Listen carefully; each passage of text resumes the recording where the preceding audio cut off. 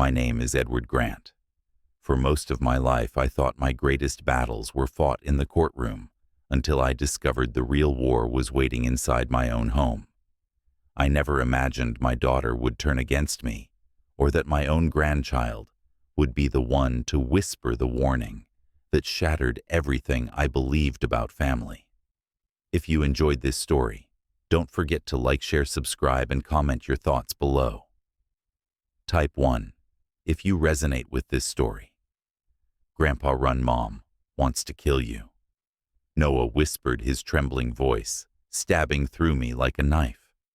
I froze where I sat behind the heavy oak desk that had carried decades of my work.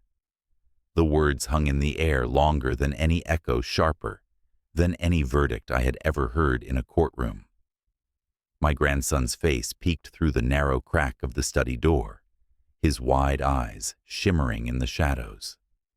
It was not the look of a child exaggerating. It was fear. Melissa, my only daughter. I had watched her grow from a restless girl into a woman who never seemed satisfied with what she had. I had seen her temper flare whenever the topic of inheritance or assets slipped into conversation. But greed, I thought greed could drive a person to many things. Even so, I had never imagined it would take this shape. I leaned back in my chair, breathing slowly, as if slowing my breath could still the pounding in my chest. At 67, I was no stranger to betrayal. Clients, colleagues, even old friends, years as a lawyer had shown me more than enough faces of disloyalty. But to hear it from Noah's lips that his own mother was plotting to have me removed from the picture altogether, this was a level of treachery I had never prepared for. "Noah," I said softly, my voice controlled though my hands trembled under the desk. "What exactly did you hear?" He hesitated, glancing back down the hallway, as if the walls themselves might be listening.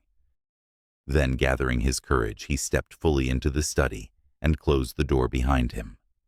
His small frame seemed to shrink under the weight of what he was about to share. I couldn't sleep," he said. "I went to the kitchen for water. I heard Mom on the phone. She said it would all be easier if you were gone, that someone would help her, and she'd get everything before Christmas." She laughed, "Grandpa. She said you'd never see it coming."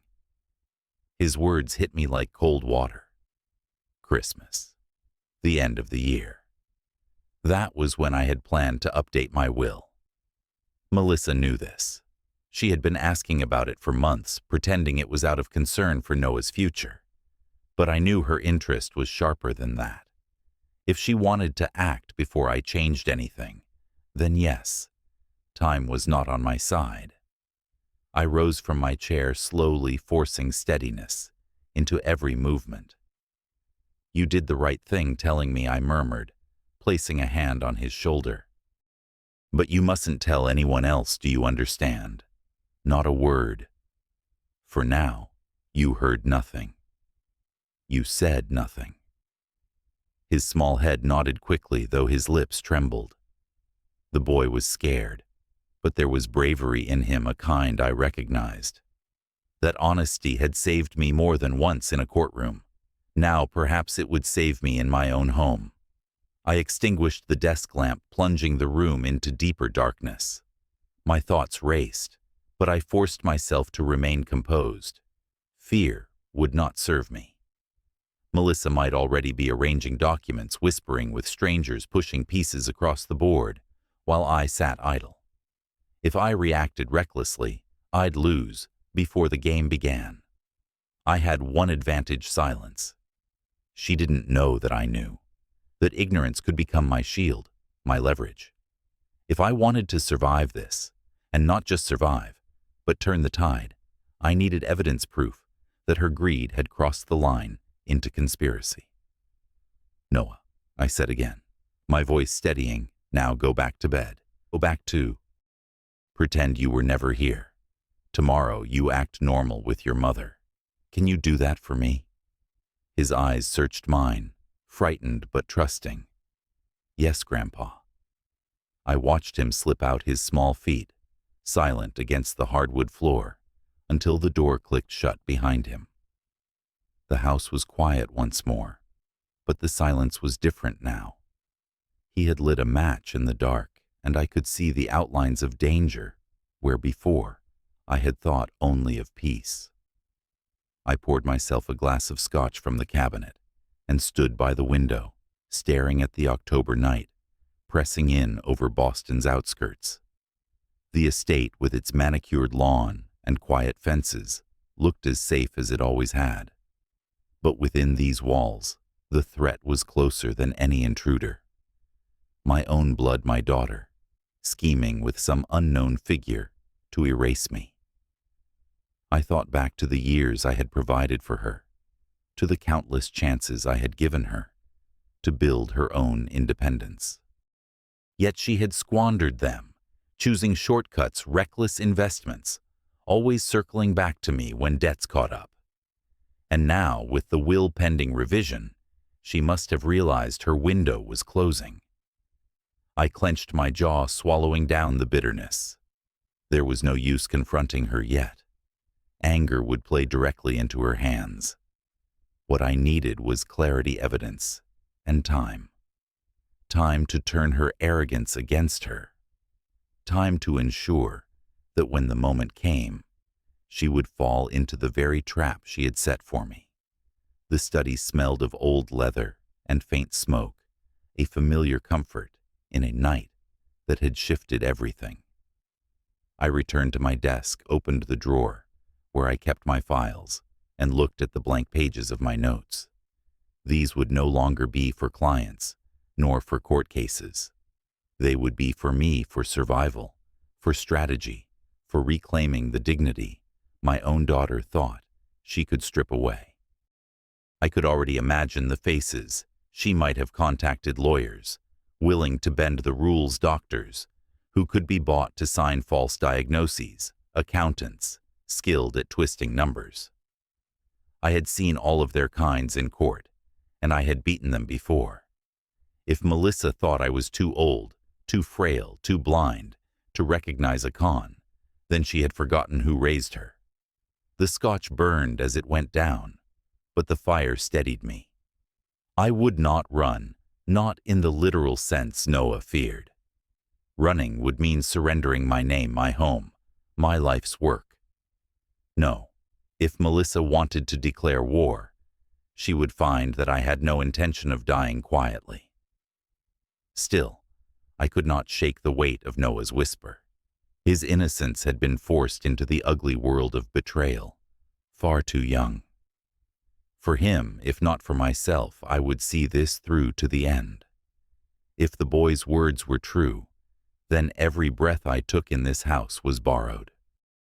If the boy's words were true, I was living under the same roof as the one who wished to strike down her own father.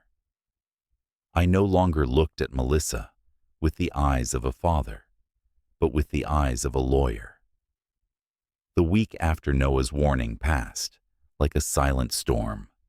Outwardly, I went through the motions of daily life, meals shared in cold civility, polite questions answered with feigned warmth, but behind every word, I measured her intentions. Her gestures were too calculated, her smiles too rehearsed. What once appeared as impatience now carried the stench of design. I could no longer afford sentiment. I needed facts, hard evidence that would hold up in the only court that mattered, the law. Boston in late autumn was a city cloaked in gray. The skyline pressed down under heavy clouds, and the wind off the harbor cut colder than memory. I walked its streets with a lawyer's eyes once more, noting details, watching shadows, piecing together a case. My case. This time, the defendant was my own blood. I began with her paperwork. Melissa had always been careless with documents, tossing unopened letters into drawers, forgetting to lock cabinets. One evening, when she stepped out for an appointment, I found my way into her study. I moved deliberately, opening files, scanning receipts, searching for irregularities. It didn't take long. Among bank statements and utility bills lay a folder marked in neat, deliberate handwriting, care planning. Inside was a draft of a power of attorney agreement. My heart slowed, then steadied as I read line after line, declaring that I was mentally incompetent, no longer fit to manage my affairs, and that authority would henceforth pass to her. At the bottom of the page in bold strokes was my own name, except it wasn't. The signature looked like mine, the flourish of the E, the slant of the G. To anyone unfamiliar it could pass, but to me it was a violation. My hand, my mark stolen. I held the paper in the dim lamplight, the edges trembling between my fingers. She had forged me, my daughter.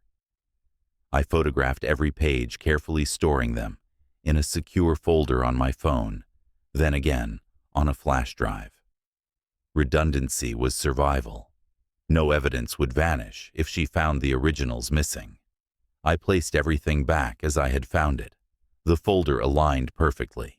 The chair returned to its precise angle. She could suspect nothing yet.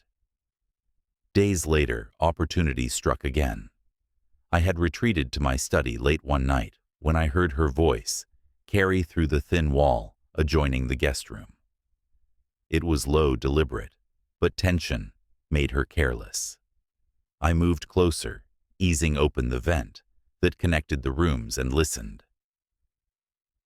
"The doctor will provide the report," she was saying. "Early onset Alzheimer's. He'll sign off. Yes, I'm certain. Once that's filed, the court won't question it.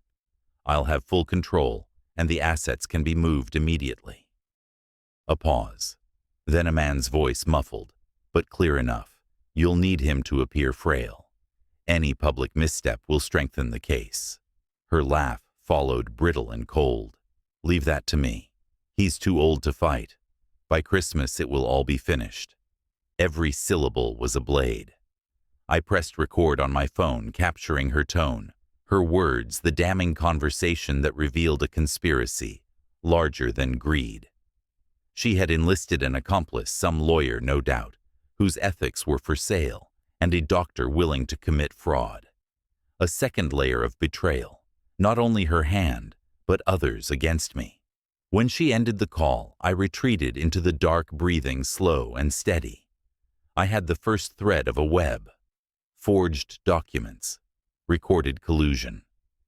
It was enough to begin, but not enough to strike. The law demanded precision, and so did I. For the next few days I observed carefully. I noted her absences, her whispered calls, the nervous way she shuffled papers when I entered a room too suddenly. She thought she was careful, but her patterns betrayed her.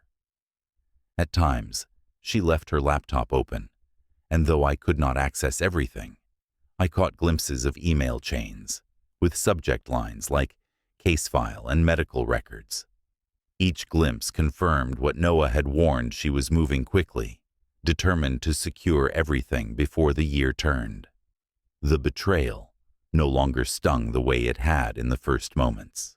Instead, it hardened into clarity. I did not feel sorrow. I felt resolve. Melissa was preparing a case against me, one that would paint me as weak, incompetent, senile. But the truth was on my side, and I knew how to use it. Years of courtroom battles had trained me, not just to defend, but to anticipate, to counter every move with something stronger. I copied her files when I could, photographed letters, quietly recorded snippets of her hushed calls. Each piece was another brick in the foundation of my defense. I would not confront her yet. I would let her believe she held the advantage, that I was unaware, even vulnerable, because arrogance makes mistakes inevitable. The moment of climax came on a quiet Thursday. She left the house for a late appointment, her heels clicking down the marble hallway. When the door closed, I returned to her study, the key I had long ago duplicated fitting neatly into the lock. I opened her desk drawer and found a fresh stack of legal documents waiting to be signed. At the top was another power of attorney agreement, this one cleaner, sharper finalized. And again, my name stared back at me from the signature line. But this time the signature was flawless. Too flawless. My hand had a certain hesitation in the T, a slight hook in the D. Here the letters were perfect replicas traced with mechanical precision. Not written, manufactured. The air left my lungs as I stared at the page. This wasn't suspicion anymore. It wasn't paranoia. It was proof. I photographed it quickly, my pulse steady despite the storm inside. Then I returned it, aligning the paper exactly as she had left it. She could not know. Not yet. I stepped back into the hallway, the house silent around me. Shadows stretched long across the floor as the night settled in heavy with secrets. I poured myself a glass of water in the kitchen, each movement measured, rehearsed. I had learned enough to understand the depth of her betrayal and the danger I faced if I faltered. If I signed that paper willingly or under duress, it would be over. She would own everything. My estate, my accounts, even my right to decide for myself. If I signed, I would bury myself alive. If I signed, I would be complicit in my own erasure. If I signed, I would be the one digging my grave. If I signed, I would be lowering myself into it. If I signed, I would be sealing the coffin. If I signed, I would be condemning my own name to silence. If I signed, I would be handing her the knife. If I signed, I would be destroying myself. If I signed, I would be helping her kill me. If I signed, I would be laying the stone upon my own tomb. If I signed, I would be surrendering the final measure of control. If I sign, I will bury myself with my own hands. When every door seemed closed, I turned to the one man who still owed me a debt. The second week of November arrived with a chill that crept into the bones of Boston. The days shortened, and nights seemed longer than they should. I carried the weight of Melissa's betrayal like a stone in my chest, but the anger had cooled into calculation. I knew I could not face her alone. For all my experience as a lawyer, I needed someone who could see the angles. I could not someone willing to put eyes where mine could not reach. That thought led me back to Richard Cole. Years ago, Richard had been a young attorney on the brink of ruin, reckless with his practice, and a step away from disbarment. I had defended him, argued for his second chance, convinced the board that his errors were negligence rather than malice. He never forgot it. Since then, he had walked a quieter road, retiring earlier than most, retreating to a small office above a tired bar that smelled of whiskey and regret. Now, when my own blood plotted against me, I needed to cash in that old favor. The bar had not changed since the last time I stepped inside, wood polished by decades of elbows, low lights that cloaked sins, and the faint scent of tobacco lingering like a ghost. Richard was there, seated at his usual booth, a glass of bourbon in his hand. His hair had grayed, his face weathered, but his eyes remained sharp, alive with curiosity. "You look like hell, Edward," he said as I slid into the booth across from him. "I feel worse," I replied, my voice even though my heart pounded with the weight of what I was about to confess. I told him everything. From Noah's midnight warning to the forged documents from the whispered phone call with a lawyer and a doctor, to the discovery of my forged signature. He listened without interruption, the glass turning slowly between his fingers, his expression unreadable. When I finished, the silence between us was thick. Finally he exhaled, setting the glass down with deliberate care. "Your daughter always had ambition. But this is beyond ambition. This is destruction. And if what you say is true, she's building a case strong enough to bury you alive. That's why I came to you, I said. I need someone who can help me dismantle it piece by piece. I can't rely on my own eyes anymore. She's too close, and if I misstep, it's over. Richard leaned back, considering. You saved me when no one else would. I won't forget that. But I can't do this alone. You'll need someone who can dig where we can't, someone who knows how to track, to follow, to uncover what people try to hide. That was when he introduced me to Sarah. She arrived a few minutes later carrying the presence of someone who had walked into 100 dark rooms and never flinched. Tall, composed, her gaze was direct and unyielding. Edward, she greeted me, sliding into the booth beside her husband. Richard has told me enough. You're asking me to follow your daughter. Yes, I admitted. And I don't make that request lightly. She's plotting something dangerous, something that could strip me of everything I am.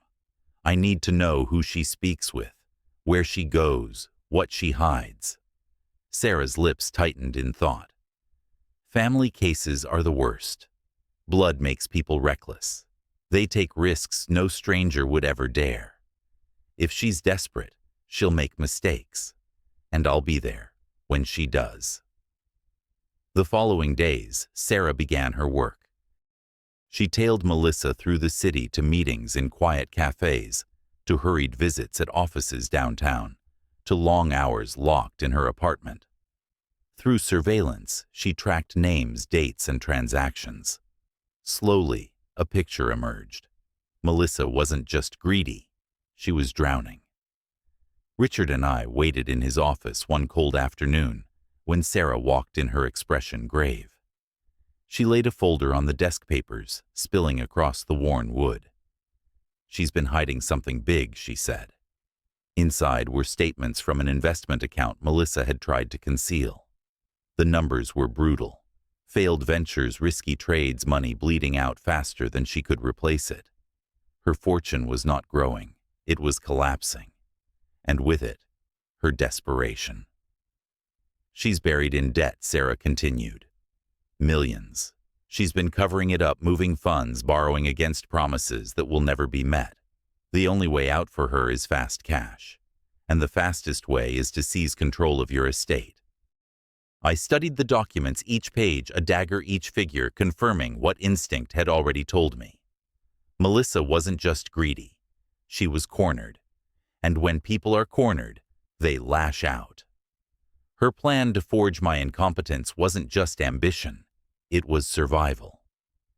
The realization settled heavy on me, colder than the November wind outside. My own daughter, trapped by her failures, was ready to erase me to escape them.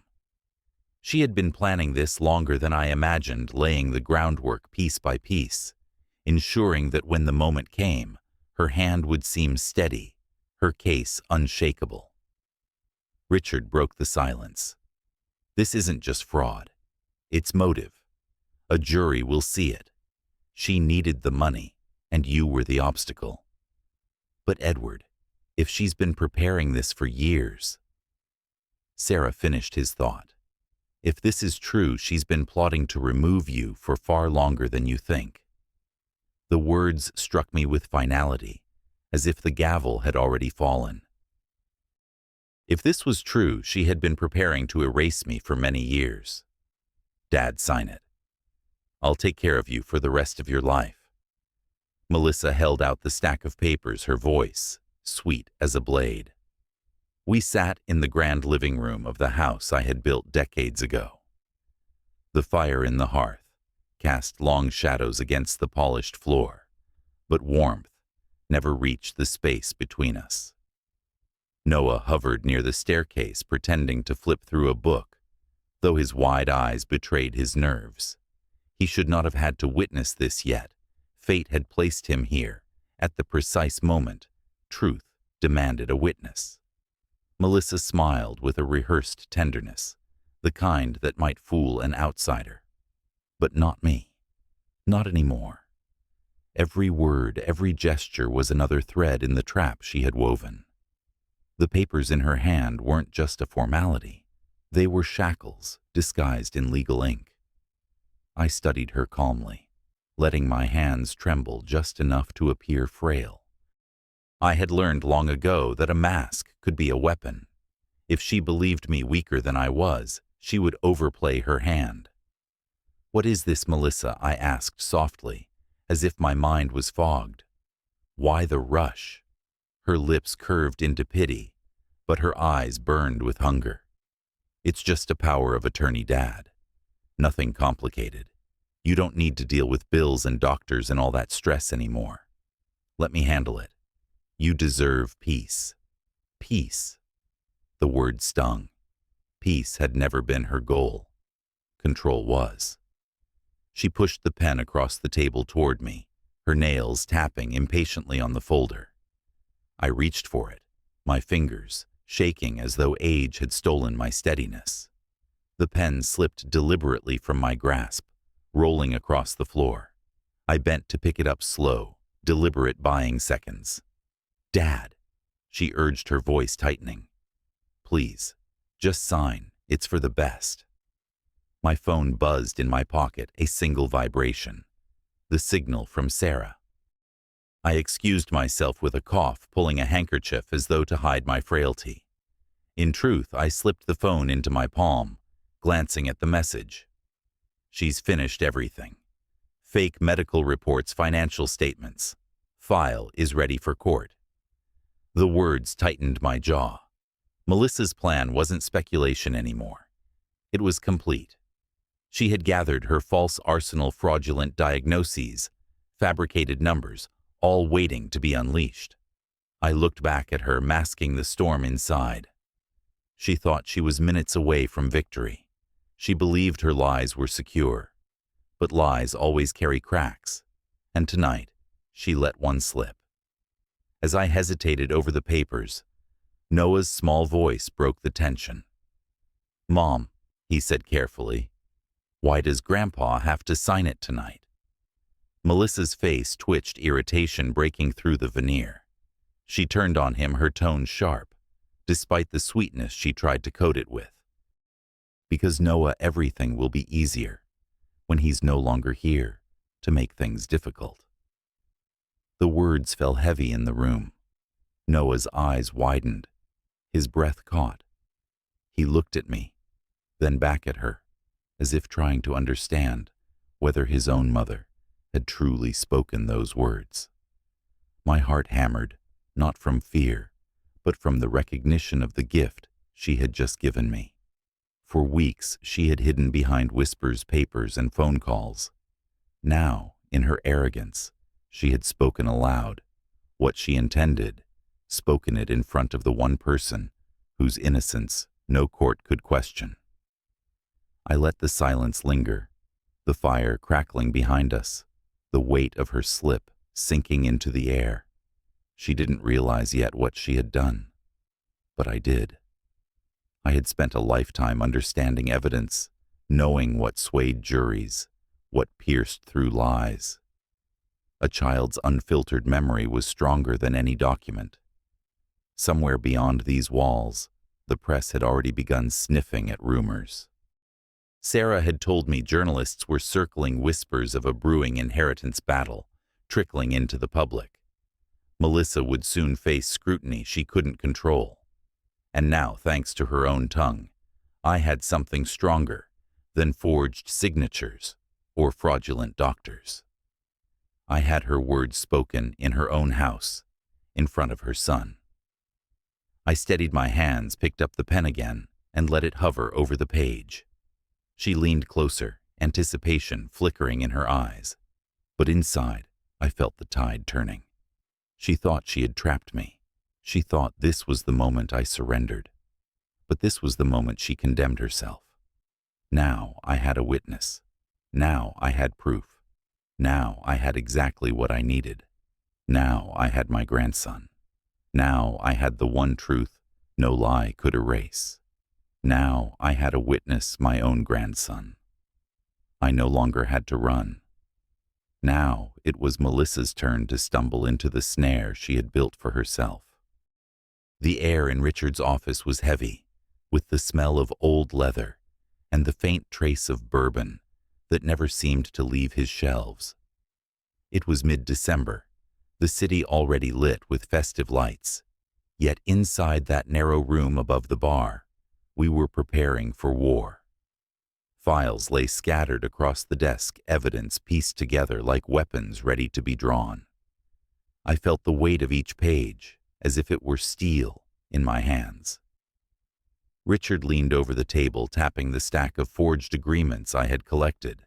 "This alone can start to dismantle her case," he said. "But we need more. We need to show intent, motive, and pattern. One forged signature might be argued as a mistake. Several become undeniable." Sarah was already a step ahead. She sat with her laptop open, her face illuminated by the glow of the screen fingers, moving with relentless precision. I've been digging into her accounts. The failed investments, the loans hidden in shell companies, the offshore transfers. She's been bleeding money for years, and the timing of her push against you matches every one of her financial collapses. I nodded. It was the missing piece that explained her desperation. Greed alone could be excused as ambition, but desperation revealed motive strong enough to justify her recklessness. The story was becoming clear: she needed money, and I was the obstacle. Noah sat quietly in the corner, his small frame curled in the leather chair that seemed too large for him. His innocence was fading, too quickly stolen by circumstances no child should face.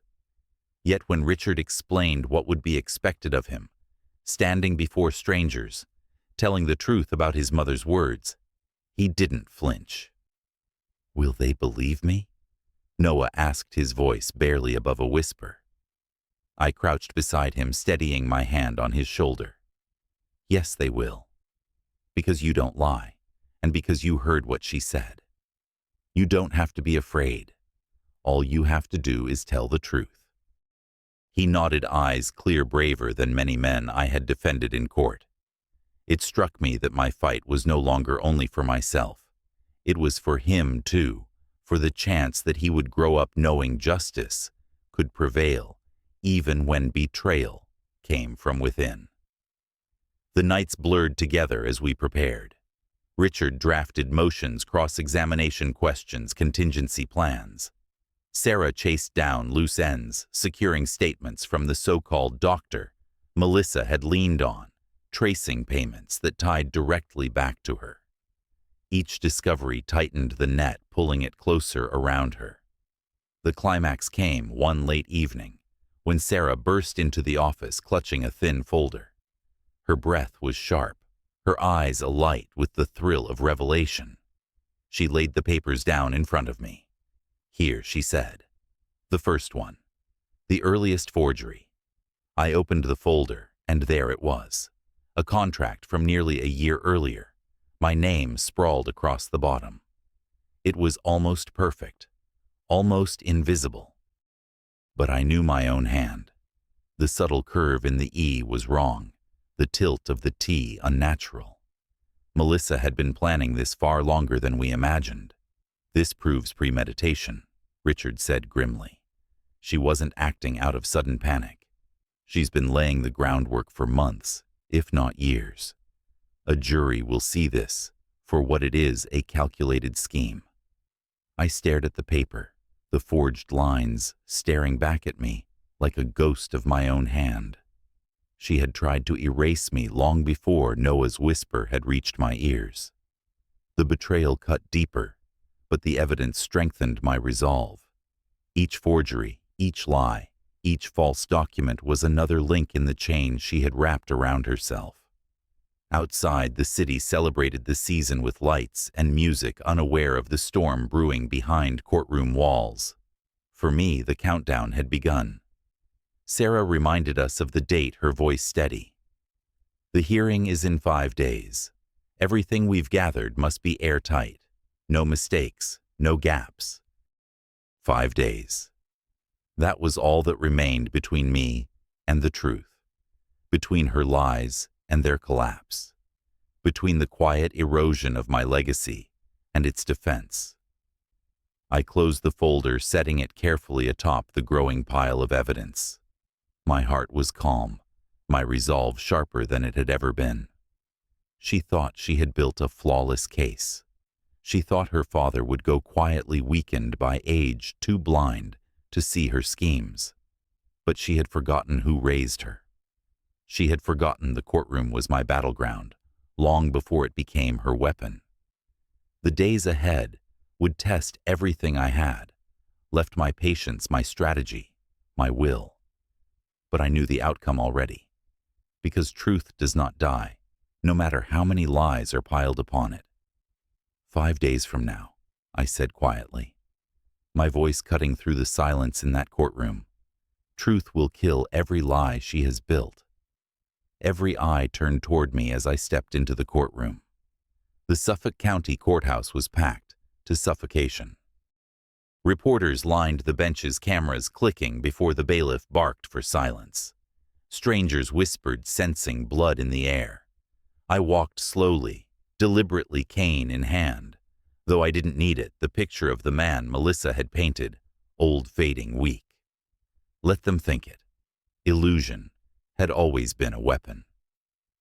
Melissa sat at the plaintiff's table, radiant in her confidence, her suit crisp, her smile tight and polished for the cameras.